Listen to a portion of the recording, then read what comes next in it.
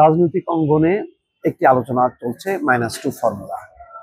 সেই -2 ফর্মুলা মানে হাসিনা খালেদা না, পরিবর্তিত -2 ফর্মুলাটা হচ্ছে তারেক রহমান এবং বেগম খালেদা জিয়া, তাদেরকে বাদ দিয়ে বাংলাদেশের রাজনীতি।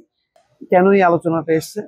আলোচনাটা এসছে পুরনো রাজনৈতিক এই পরিস্থিতি তার আলোকে, এবং এখনো রাজনীতির অঙ্গনটা যে বেশ কিছুটা ঘোলাটে, বোঝা যাচ্ছে না যে নির্বাচন ঠিক কবে হবে, কিভাবে হবে, সংবিধান সংস্কারের নামে বা অনুলিখন, পুনর্লিখন, নতুন ভাবে লিখন, এসবের নামে কি আবার গণভোট, গণপরিষদ নির্বাচন এই সমস্ত হয় কিনা, যার কারণে যে মূল বিষয় জাতীয় নির্বাচন সেটা পিছিয়ে যায় কিনা, নতুন রাজনৈতিক দল আসা, সেই কারণে প্রতিষ্ঠিত যে রাজনৈতিক নেতৃত্ব তাদেরকে ম্যানেজ করা, এই আলোচনাগুলো আসছে।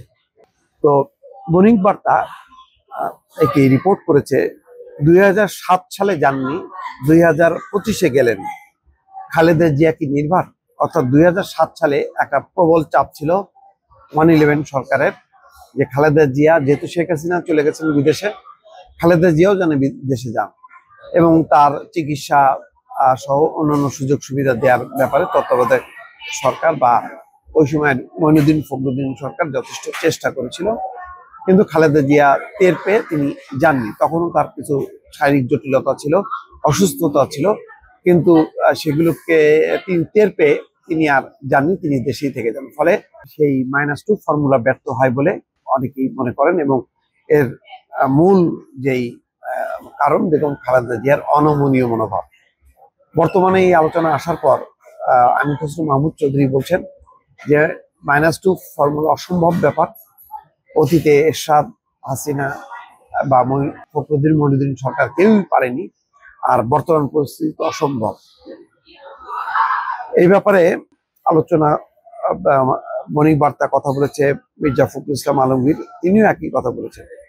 পুরনো ইতিহাস হলো এই যে 2007 সালে দেশ ছাড়তে রাজি না হলেও 2025 সালে চিকিৎসার জন্য লন্ডনে গেলেন।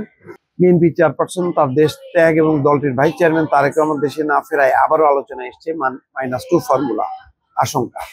যদিও রাজনীতির পর্যবেক্ষকদের ভাষ্যমতে বাংলাদেশের রাজনীতির বর্তমান প্রেক্ষাপটে -2 সিনড্রোম নেই, সুতরাং বিষয়টি নিয়ে খালেদা জিয়া বা বিএনপির শীর্ষ নেতাদের মধ্যে খুব একটা উদ্বেগ থাকার কথা নয়।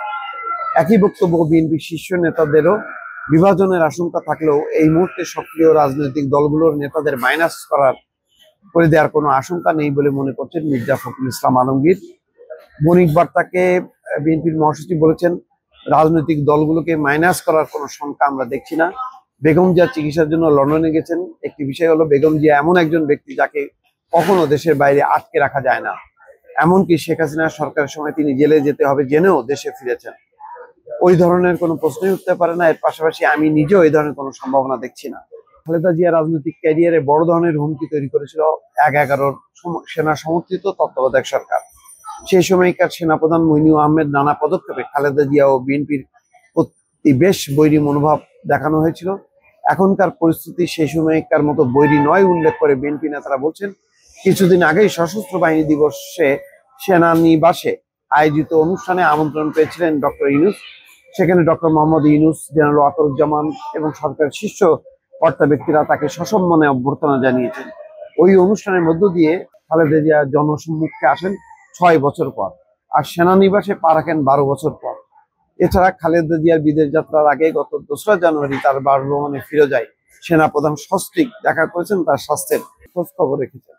ফলে পরিস্থিতি খুবই অনুকূল। তারপরেও রাজনীতিতে আমাদের সবসময় একটা নেতিবাচক শঙ্কা, একটা অস্থিরতা, একটা আশঙ্কা বিরাজ করে।